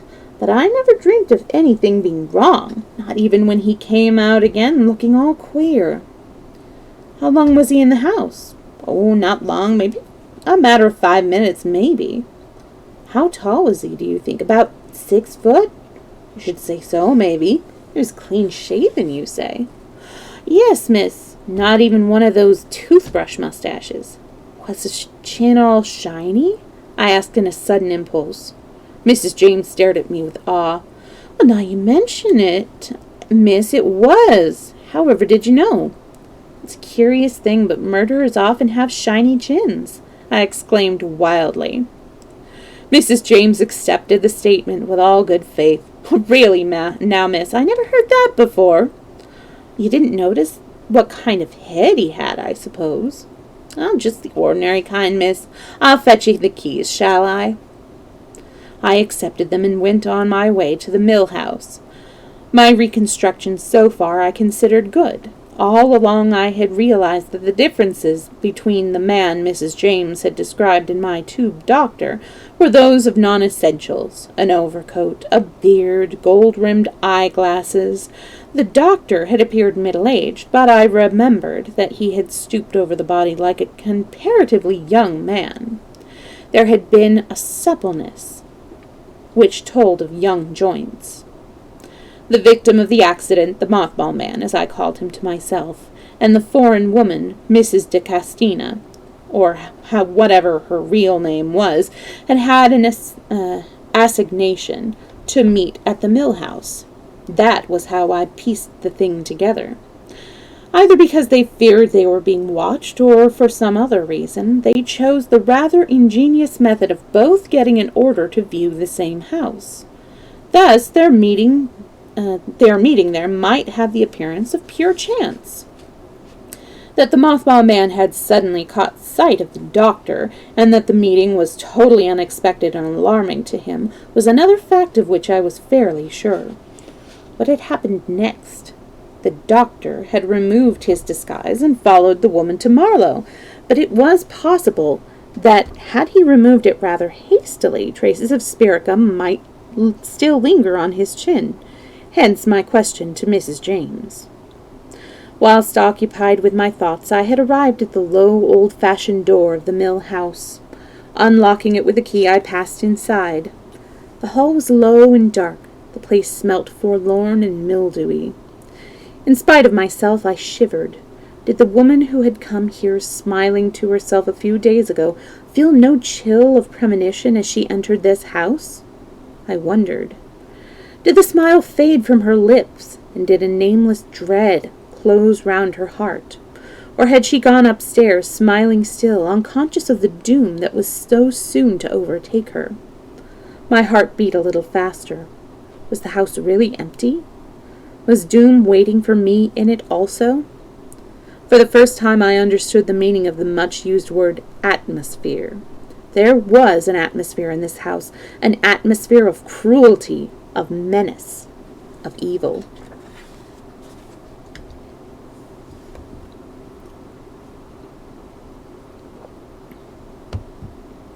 Chapter 7. Shaking off the feeling that oppressed me, I went quickly upstairs. I had no difficulty in finding the room of the tragedy. On the day the body was discovered, it had rained heavily, and large muddy boots had trampled the uncarpeted floor in every direction. I wondered if the murderer had left any footmarks the previous day. It was likely that the police would be reticent on the subject if he had, but on consideration, I decided it was unlikely. The weather had been fine and dry. There was nothing of interest about the room. It was almost square, with two big bay windows, plain white walls, and a bare floor, the boards being stained round the edges where the carpet had ceased. I searched it carefully, but there was not so much as a pin lying about. The gifted young detective did not seem likely to discover a negligent clue. I had brought with me a pencil and a notebook. There did not seem much to note, but I duly dotted down a brief sketch of the room to cover my disappointment of the failing of my quest. As I was in the act of returning the pencil to my bag, it slipped from my fingers and rolled along the floor. The mill house was really old, and the floors are very uneven. The pencil rolled steadily, with increasing momentum, until it came to rest under one of the windows. In the recesses of each window there was a broad window seat, underneath which there was a cupboard. My pencil was lying right against the cupboard door. The cupboard was shut, but it suddenly occurred to me that if it had been open, my pencil would have rolled inside. I opened the door, and my pencil immediately rolled in and sheltered modestly in the farthest corner. I retrieved it, noting as I did so that owing to a lack of light and the peculiar formation of the cupboard, one could not see it, but had to feel for it. Apart from the pencil, the cupboard was empty, but being thorough by nature, I tried the one under the opposite window. At first sight, it looked as though that also was empty, but I grubbed about perseveringly, and was rewarded by feeling my hand close on the hard paper cylinder which lay in a sort of trough or depression in the far corner of the cupboard. As soon as I had it in my hand, I knew what it was. A roll of Kodak films. Here was a find. I realized, of course, that these films might very well be an old roll belonging to Sir Eustace Pedlar, which had rolled in here and had not been found when the cupboard was emptied. But I did not think so. The red paper was far too fresh-looking. It was just as dusty as it would have been had it lain there for 2 or 3 days. That is to say, since the murder. Had it been there for any length of time, it would have been thickly coated. Who had dropped it, the woman or the man? I remembered that the contents of her handbag had appeared to be intact. If it had been jerked open in the struggle and the roll of film had fallen out, surely some of the loose money would have been scattered about also. No, it was not the woman who had dropped the films. I sniffed suddenly and suspiciously. Was the smell of mothballs becoming an obsession with me? I could swear that the roll of films smelt of it also. I held them under my nose. They had, as usual, a strong smell of their own, but apart from that, I could clearly detect the odor I disliked so much. I soon found the cause. A minute thread of cloth had caught on a rough edge of the center wood, and that shred had was strongly impregnated with mothballs. At some time or another, the films had been carried in the upper coat pocket of the man who was killed in the tube. Was it he who had dropped them? Hardly. His movements were all accounted for. No, it was the other man, the doctor. He had taken the films when he had taken the paper. It was he who had dropped them during his struggle with the woman. I had got my first clue. I would have the roll developed, and then I would have further developments to work on. Very elated, I left the house, returned the keys to Mrs. James, and made my way as quickly as possible to the station. On the way back to town, I took out my paper and studied it afresh. Suddenly, the figures took on a new significance. Suppose they were a date, 17/1/22, the 17th of January, 1922. Surely that must be it. Idiot that I was not to have thought of it before, but in that case I must find out the whereabouts of Kilmorden Castle, for today was actually the 14th. 3 days. Little enough, almost hopeless, when one has no idea where to look. It was too late to hand in my roll today. I had to hurry home to Kensington so as not to be late for dinner. It occurred to me that there was an easy way of verifying whether some of my conclusions were correct. I asked Mr. Fleming whether there had been a camera amongst the dead man's belongings. I knew that he had taken an interest in the case and was conversant with all the details. To my surprise and annoyance, he replied that there had been no camera.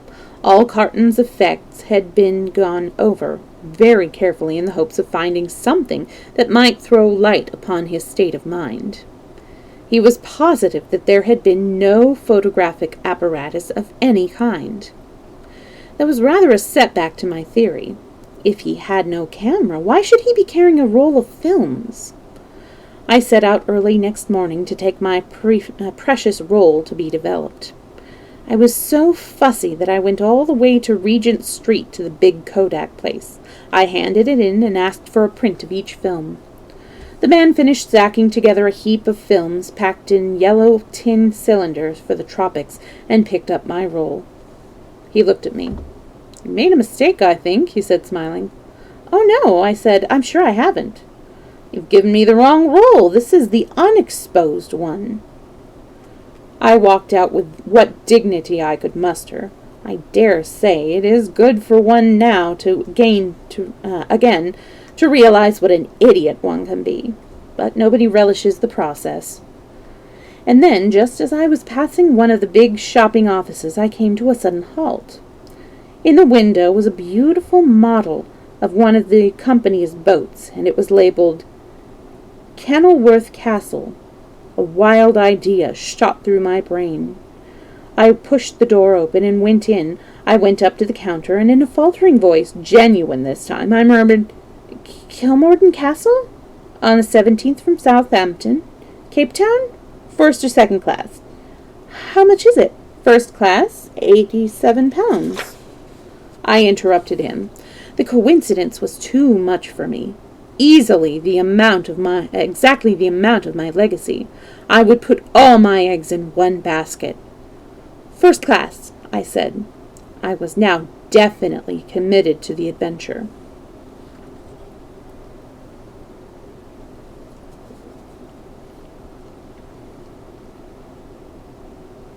Chapter 8.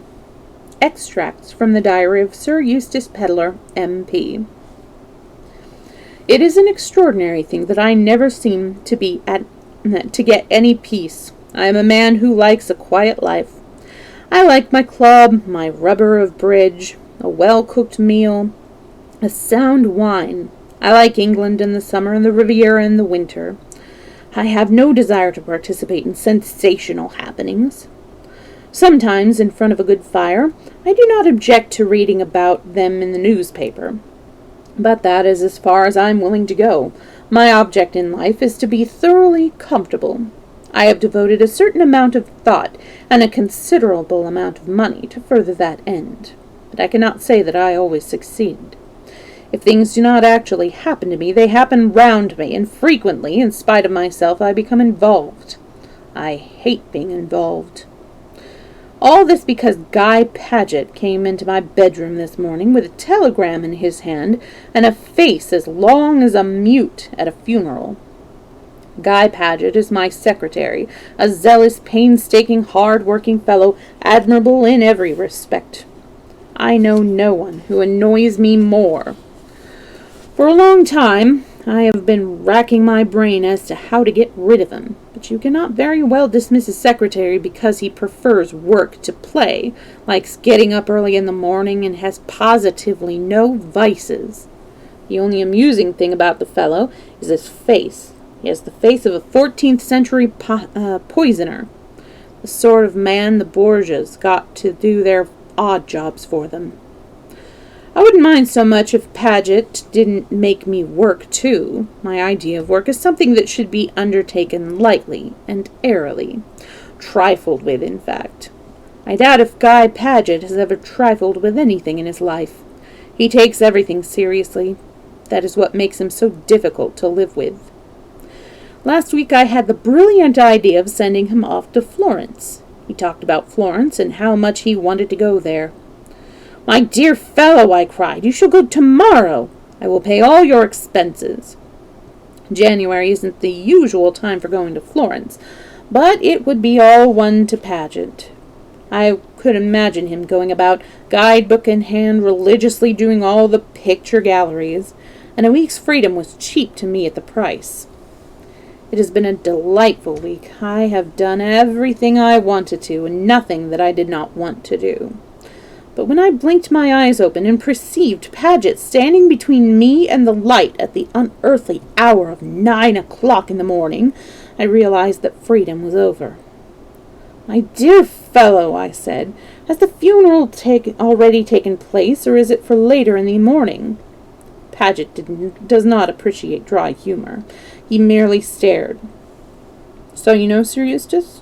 "Know what?" I said crossly. "From the expression on your face, I inferred that one of our near and dear relatives was to be interred this morning." Paget ignored the sally as far as possible. "I thought you couldn't know about this." He tapped the telegram. "I know you dislike being aroused early, but it is 9 o'clock. Paget insists on regarding 9 a.m. as practically the middle of the day. And I thought that under the circumstances—" He tapped the telegram again. "What is that thing?" I asked. "It's a telegram from the police at Marlow. A woman has been murdered in your house." That aroused me in earnest. "What colossal cheek!" I exclaimed. "Why in my house? Who murdered her?" "They don't say. I suppose we shall go back to England at once, Sir Eustace."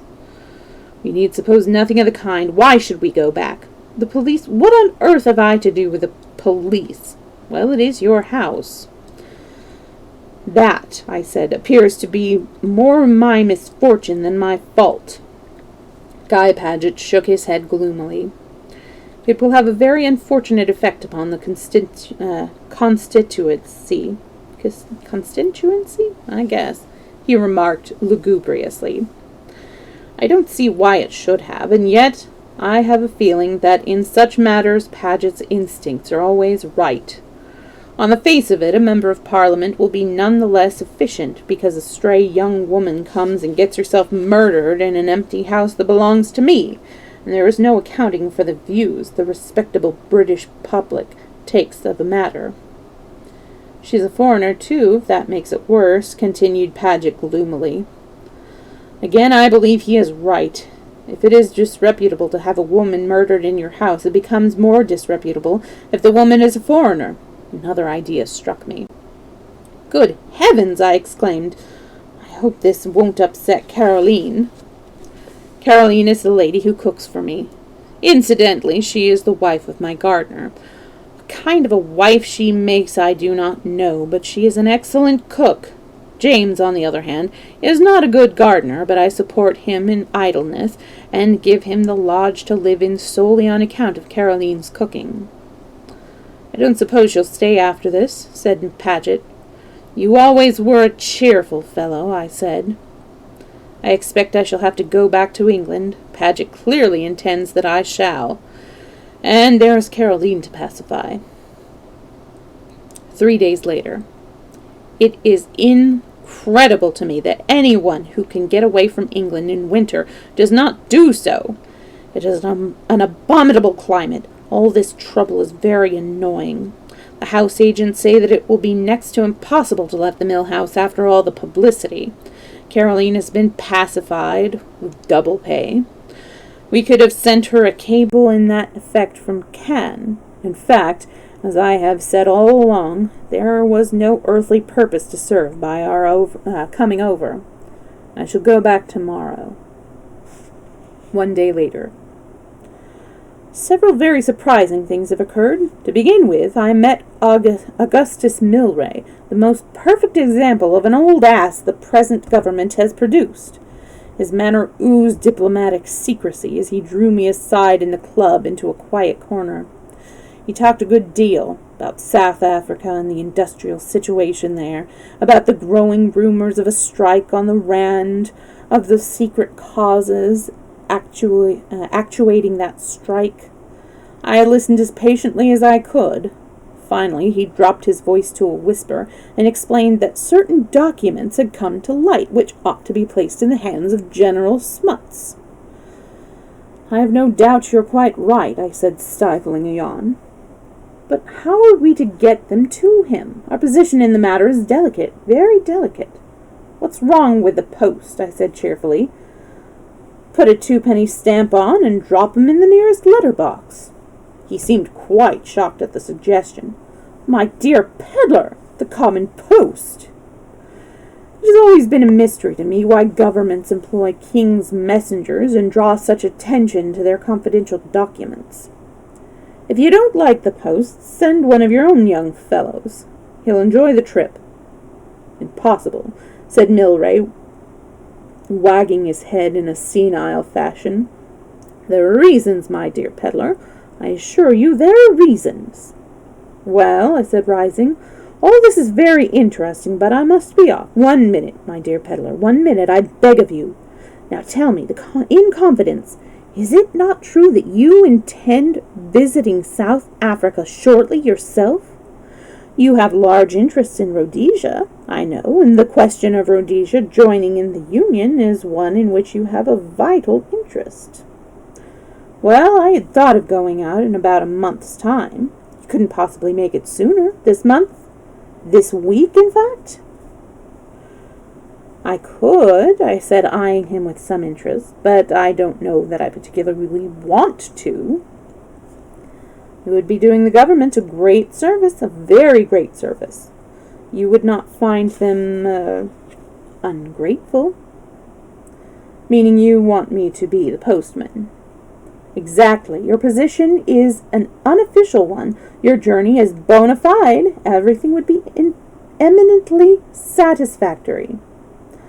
Well, I said slowly, I don't mind if I do. The one thing I am anxious to do is to get out of England again as soon as possible. You will find the climate of South Africa delightful, quite delightful. My dear fellow, I know all about the climate. I was out there shortly before the war.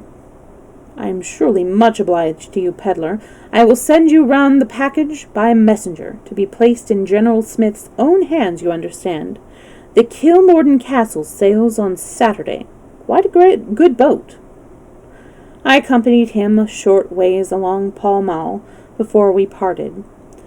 He shook me warmly by the hand and thanked me again effusively. I walked home, reflecting on the curious byways of the governmental policy. It was the following evening that Jarvis, my butler, informed me that a gentleman wished to see me on private business, but declined to give his name.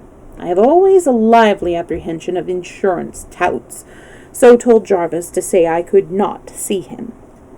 Guy Paget, unfortunately, when he might for once have been of real use, was laid up with a bilious attack. These earnest, hard-working young men with weak stomachs are always liable to bilious attacks. Jarvis returned. The gentleman asked me to tell you, Sir Eustace, that he comes to you from Mr. Milray. That altered the complexion of things. A few minutes later I was confronting my visitor in the library. He was a well-built young fellow with a deeply tanned face. A scar ran diagonally from the corner of his eye to the jaw, disfiguring what would otherwise have been a handsome, though somewhat reckless countenance. "Well," I said, "what's the matter?" "Mr. Milray sent me to you, Sir Eustace. I am to accompany you to South Africa as your secretary." "My dear fellow," I said, "I've got a secretary already. I don't want another." "I think you do, Sir Eustace. Where is your secretary now?" "He's down with a bilious attack," I exclaimed. "You are sure it's only a bilious attack?" "Of course it is. He's subject to them." My visitor smiled. "It may or may not be a bilious attack. Time will show. But I can tell you this, Sir Eustace. Mr. Milray would not be surprised if an attempt were made to get your secretary out of the way. Oh, you need have no fear for yourself." I suppose a momentary alarm had flickered across my face. "You are not threatened. Your secretary out of the way, access to you would be easier. In any case, Mr. Milray wishes me to accompany you. The passage money will be our affair, of course, but you will take the necessary steps about the passport, as though you had decided that you needed the services of a second secretary." He seemed a determined young man. We stared at each other, and he stared me down. "Very well," I said feebly. "You will say nothing to anyone as to my accompanying you?" "Very well," I said again. After all, perhaps it was better to have this fellow with me, but I had a premonition that I was getting into deep waters, just when I thought I had attained peace. I stopped my visitor as he was turning to depart. "It might be just as well if I knew my new secretary's name," I said, I observed sarcastically. He considered for a moment. "Harry Rayburn seems quite a suitable name," he observed. It was a very curious way of putting it. "Very well," I said for the third time. Suspicious. Chapter 9. Anne's narrative resumed. It is most undignified for a heroine to be seasick. In books, the more it rolls and tosses, the better she likes it. When everybody else is ill, she alone staggers along the deck, braving the elements and positively rejoicing in the storm. I regret to say that at the first roll the Kilmorden gave, I turned pale and hastened below. A sympathetic stewardess received me. She suggested dry toast and ginger ale. I remained groaning in my cabin for 3 days. Forgotten was my quest. I had no longer any interest in solving mysteries. I was a totally different Anne to the one who had rushed back to the South Kensington Square so jubilantly from the shipping office. I smiled now as I remembered my abrupt entry into the drawing-room. Mrs. Fleming was alone there. She turned her head as I entered. "Is that you, Anne, my dear? There's something I want to talk over with you."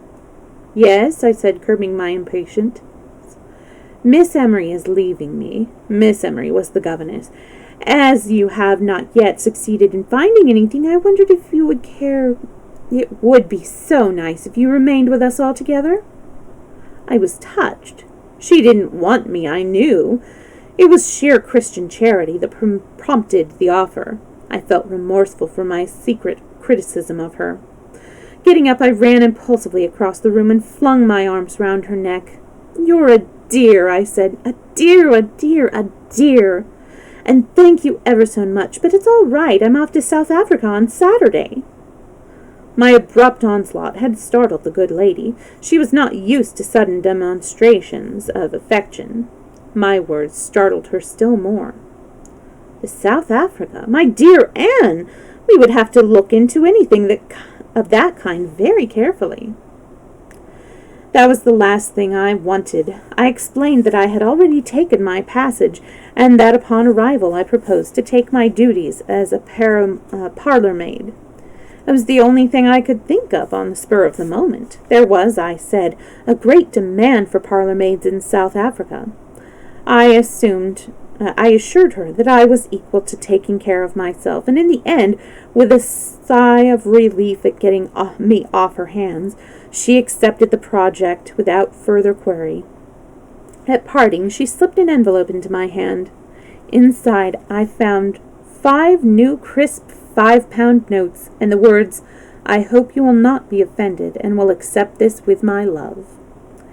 She was a very good, kind woman. I could not have continued to live in the same house with her, but I did recognize her intrinsic worth. So here I was, with 25 pounds in my pocket, facing the world and pursuing my adventure. It was on the 4th day that the stewardess finally urged me up on deck. Under the impression that I should die quicker below, I had steadfastly refused to leave my bunk. She now tempted me with the advent of Madeira. Hope rose in my breast. I could leave the boat and go ashore and be a parlour maid there. Anything for dry land. Muffled in coats and rugs and weak as a kitten on my legs, I was hauled up and deposited, an inert mass, on a deck chair. I lay there with my eyes closed, hating life. The pursuer, a fair-haired young man with a round, boyish face, came and sat down beside me. Oh, the purser. "Hello, feeling rather sorry for yourself, eh?" "Yes," I replied, hating him. You won't know yourself in another day or 2. We've had a rather nasty dusting in the bay, but there's smooth weather ahead. I'll be taking you on quoits tomorrow." I did not reply. "Think you'll never recover, eh? But I've seen people much worse than you, and 2 days later they were the life and soul of the ship. You'll be the same." I did not feel sufficiently pugnacious to tell him outright that he was a liar. I endeavored to convey it by a glance. He chatted pleasantly for a few minutes more, then he mercifully departed. People passed and repassed, brisk couples exercising, curveting children, laughing young people. A few other pallid sufferers lay like myself in deck chairs. The air was pleasant, crisp, not too cold, and the sun was shining brightly. Insensibly, I felt a little cheered. I began to watch the people. One woman in particular attracted me. She was about 30, of medium height, and very fair, with a round, dimpled face and very blue eyes. Her clothes, though perfectly plain, had that indefinable air of cut about them which spoke of Paris. Also, in a pleasant but self-possessed way, she seemed to own the ship. Deck stewards ran to and fro, obeying her commands. She had a special deck chair and an apparently inexhaustible supply of cushions. She changed her mind 3 times as to where she would like it placed. Throughout everything she remained attractive and charming. She appeared to be one of those rare people in the world who knew what they want, see that they get it, and manage to do so without being offensive. I decided that if I ever recovered, if of course I shouldn't, it would amuse me to talk to her. We reached Madeira about midday. I was still too inert to move, but I enjoyed the picturesque-looking merchants who came on board and spread their merchandise about the deck. There were flowers, too. I buried my nose in an enormous bunch of sweet, wet violets and felt distinctly better. In fact, I thought I may just possibly last out the end of the voyage. When my stewardess spoke with the attractions of a little chicken broth, I only protested feebly. When it came, I enjoyed it. My attractive woman had been ashore. She came back escorted by a tall, soldierly-looking man with dark hair and a bronzed face, whom I had noticed striding up and down the deck earlier in the day. I put him down at once as one of the strong, silent men of Rhodesia. He was about 40, with a touch of graying hair at either temple, and was easily the best-looking man on board. When the stewardess brought me up an extra rug, I asked her if she knew who my attractive woman was.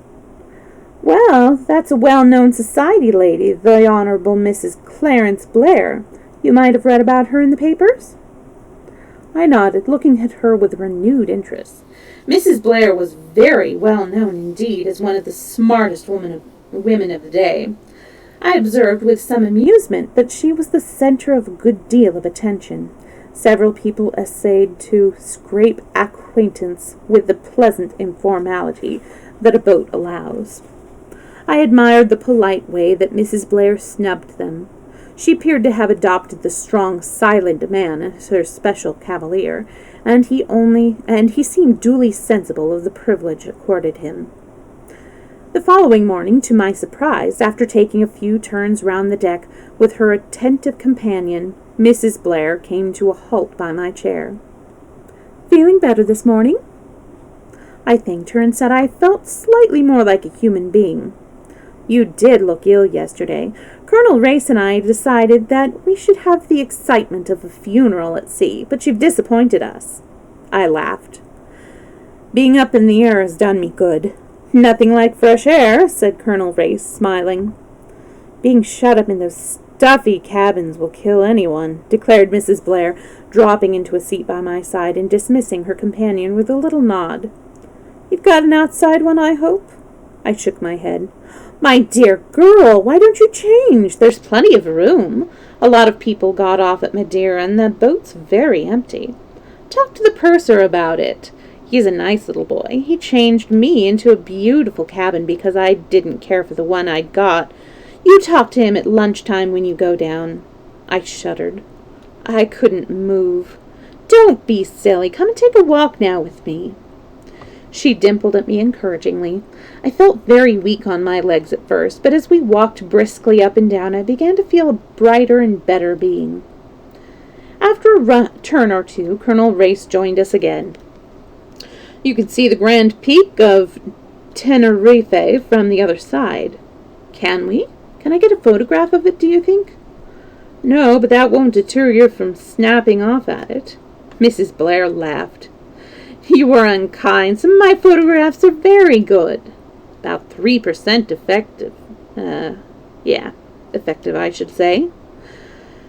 We all went round to the other side of the deck. There, glimmering white and snowy, enveloped in a delicate rose-colored mist, rose the glistening pinnacle.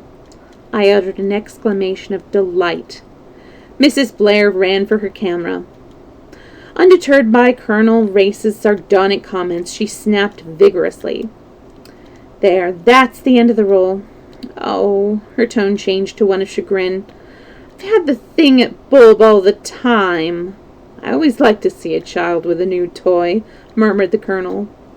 "How horrid you are! But I've got another roll." She produced it in triumph from the pocket of her sweater. A sudden roll of the boat upset her balance, and as she caught at the rail to steady herself, the roll of film flashed over the side. "Oh!" cried Mrs. Blair, comically dismayed. She leaned over. "Do you think they have gone overboard?" "No, you may have been fortunate enough to brain an unlucky steward in the deck below." The small boy, who had arrived unobserved a few paces to our rear, blew a deafening blast on a bugle. "Lunch!" declared Mrs. Blair ecstatically. "I've had nothing to eat since breakfast, except 2 cups of beef tea. Lunch, Miss Bedingfeld?" "Well," I said waveringly, "I do feel rather hungry." "Splendid. You're sitting at the purser's table, I know. Tackle him about the cabin." I found my way down to the saloon, began to eat gingerly, and finished by consuming an enormous meal. My friend of yesterday congratulated me on my recovery. Everybody was changing cabins today, he told me, and he promised that my things would be moved to an outside one without delay. There were only 4 at our table, myself, a couple of elderly ladies, and a missionary who talked a lot about our poor black brothers. I looked round at the other tables. Mrs. Blair was sitting at the captain's table, Colonel Race next to her. On the other side of the captain was a distinguished-looking gray-haired man. A good many people I had already noticed on deck, but there was one man who had not previously appeared. Had he done so, he could hardly have escaped my notice. He was tall and dark, and had such a peculiarly sinister type of countenance that I was quite startled. I asked the purser, with some curiosity, who he was. "That man? Oh, that's Sir Eustace Pedlar's secretary. Been very seasick, poor chap, and not appeared before. Sir Eustace has got 2 secretaries with him, and the sea's been too much for both of them.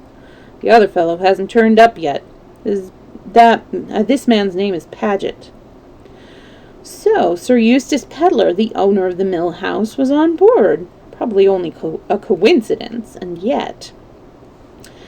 "That's Sir Eustace," my informant continued, "sitting next to the captain. Pompous old ass." The more I studied the secretary's face, the less I liked it. Its even pallor, the secretive, heavy-lidded eyes, the curiously flattened head, it all gave a feeling of distaste, of apprehension. Leaving the saloon at the same time as he did, I was close behind him as he went up on deck. He was speaking to Sir Eustace, and I overheard a fragment or two. "I'll see about the cabin at once, then, shall I? It's impossible to work in yours with all your trunks." "My dear fellow," Sir Eustace replied, "my cabin is intended, A, for me to sleep in, and B, to attempt to dress in. I never had any intentions of allowing you to sprawl about the place, making an infernal clicking with that typewriter of yours." "That's just what I say, Sir Eustace. We must have somewhere to work." Here I parted company from them and went below to see if my removal was in progress. I found my steward busy at the task. "Very nice cabin, miss, on D deck, number 13. "Oh, no," I cried, "not 13. 13 is the one thing I am superstitious about. It was a nice cabin, too. I inspected it, wavered, but a foolish superstition prevailed. I appealed almost tearfully to the steward. "Isn't there any other cabin I can have?" The steward reflected. "Well, there's 17 just along the starboard side. That was empty this morning, but I rather fancy it's been allotted to someone. Still, as the gentleman's things aren't in yet, and as gentlemen aren't anything like so superstitious as ladies, I dare say he wouldn't mind changing." I hailed the proposition gratefully, and the steward departed to obtain permission from the purser. He returned grinning. "That's all right, miss. We can go along." He led the way to 17. It was not quite as large as number 13, but I found it eminently satisfactory. "I'll fetch your things right away, miss," said the steward. But at that moment the man with the sinister face, as I had nicknamed him, appeared in the doorway. "Excuse me," he said, "but this cabin is reserved for the use of Sir Eustace Pedlar." "It's all right, sir," explained the steward. "We're fitting up number 13 instead." "No, it was number 17 I was to have." "No, number 13 is a better cabin, sir, larger. I specially selected 17, and the purser said I could have it." "I'm sorry," I said coldly, "but number 17 has been allotted to me." "I can't agree to that." The steward put in his oar. "The other cabin's just the same, only better. I want number 17. "What's all this?" demanded a voice. "Steward, put my things in here. This is my cabin." It was my neighbor at lunch, the Reverend Edward Chichester. "I beg your pardon," I said. "It's my cabin." "It is allotted to Sir Eustace Pedlar," said Mr. Paget. We were all getting rather heated. "I'm sorry to have to dispute the matter," said Chichester with a meek smile which failed to mask his determination to get his own way. Meek men are always obstinate, I have noticed. He edged himself sideways into the doorway. "You're to have number 28 on the port side," said the steward. "A very good cabin, sir. I'm afraid that I must insist number 17 was the cabin promised to me." We had come to an impasse. Each one of us was determined not to give way. Strictly speaking, I, at any rate, might have retired from the contest and eased matters by offering to accept number 28. So long as I did not have number 13, it was immaterial to me what other cabin I had, but my blood was up. I had not the least intention of being the first to give way. And I disliked Chichester. He had false teeth that clicked when he ate. Many men have been hated for less.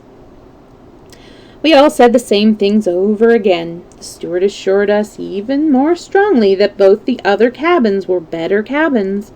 None of us paid any attention to him. Paget began to lose his temper. Chichester kept his serenely. With an effort, I also kept mine, and still none of us would give way an inch. A wink and a whispered word from the steward gave me my cue. I fainted unobtrusively from the scene. I was lucky enough to encounter the purser almost immediately. "Oh, please," I said, "you did say I could have cabin 17, and the others won't go away. Mr. Chichester and Mr. Paget, you will let me have it, won't you?" I always say that there are no people like sailors for being nice to women. My little purser came to scratch splendidly. "Oh, thank you so much for the follow, Marius. I hope you're enjoying. And hello." We are reaching the end of the Storytime stream, but I'm going to be having a game stream right afterwards. And don't worry, I'm putting this up on YouTube, so anything that you've missed, you can go back and re-listen to on YouTube. The link is down below. And really quickly, I'll give you the link.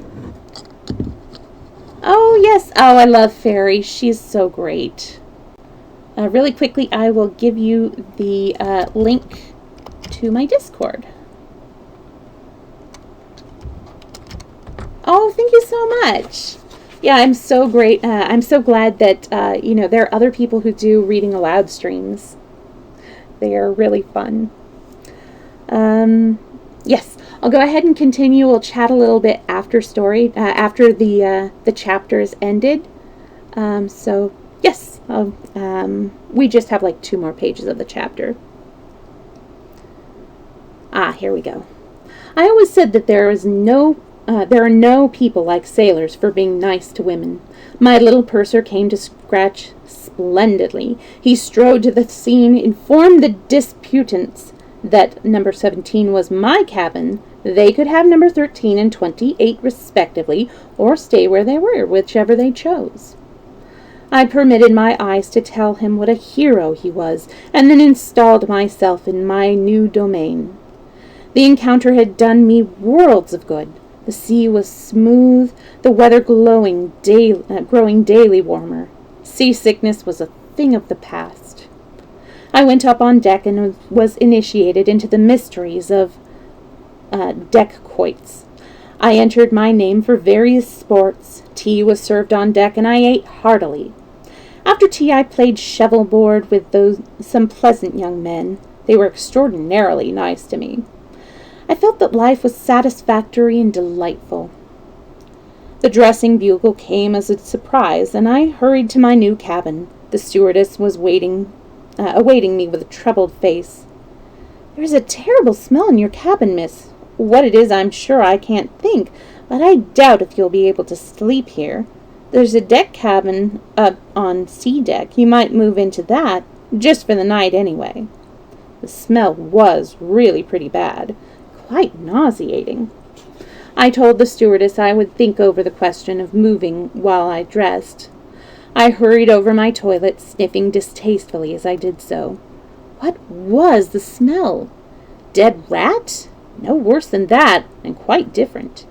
Yet I knew it. It was something I had smelt before. Something... I got it. Asafoetida. I had worked in a hospital dispensary during the war for a short time and had become acquainted with various nauseous drugs. Asafoetida was it. But how? I sank down on the sofa, suddenly realizing the thing. Somebody had put a pinch of asafoetida in my cabin. Why? So that I should vacate it? Why were there Why were they so anxious to get me out? I thought of the scene this afternoon from a rather different point of view. What was it about Cabin 17 that made so many people anxious to get hold of it? The other two cabins were better cabins. Why had both men insisted on sticking to 17? 17. How the number persisted. It was on the 17th I had sailed from Southampton. It was a 17. I stopped with a sudden gasp. Quickly I unlocked my suitcase and took my precious paper from its place of concealment in some rolled stocking. 17/1/22. I had taken that for a date, the date of departure of the Kilmorden Castle. Supposing I was wrong? When I came to think of it, would anyone, writing down a date, think it necessary to put the year as well as the month? Supposing 17 meant Cabin 17, and 1, the time, o'clock, then 22 must be the date. I looked up at my little almanac. Tomorrow was the 22nd. All right, so we have reached the end of our story time. It's a 2-hour story time. Oh, sure. Yeah, that's... okay, sure, I could go ahead and do that. Let's see. Since we've reached the end, let's see. It's Marius Kendra.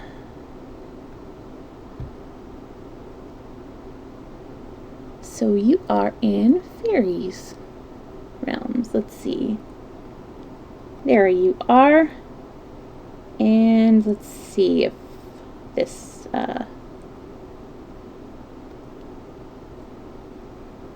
Okay. I'm going to open... let's see. Invite people. Marius Kendra. There we go. So I have sent that invite. Let's see. Where was the alert box? I don't think the alert box was on top, so you didn't see my fancy little emote or GIF. There, I put it up in the corner. Okay, so I'm going to take just a short break, and then I'm going to come back with a game stream, which I like to do after my Storytime streams. I'll read for 2 hours, and then I'll play like games for 2 hours. And then I'll be putting the video for this up on YouTube. There is a link down below to my YouTube. It takes you to the playlist things, and I save them all in playlists so you don't have to wonder where the next one is. So let's see. Yeah. I hope you'll be around a couple of minutes. I will write in the chat when to refresh the page. So hope to see you in a few. Bye.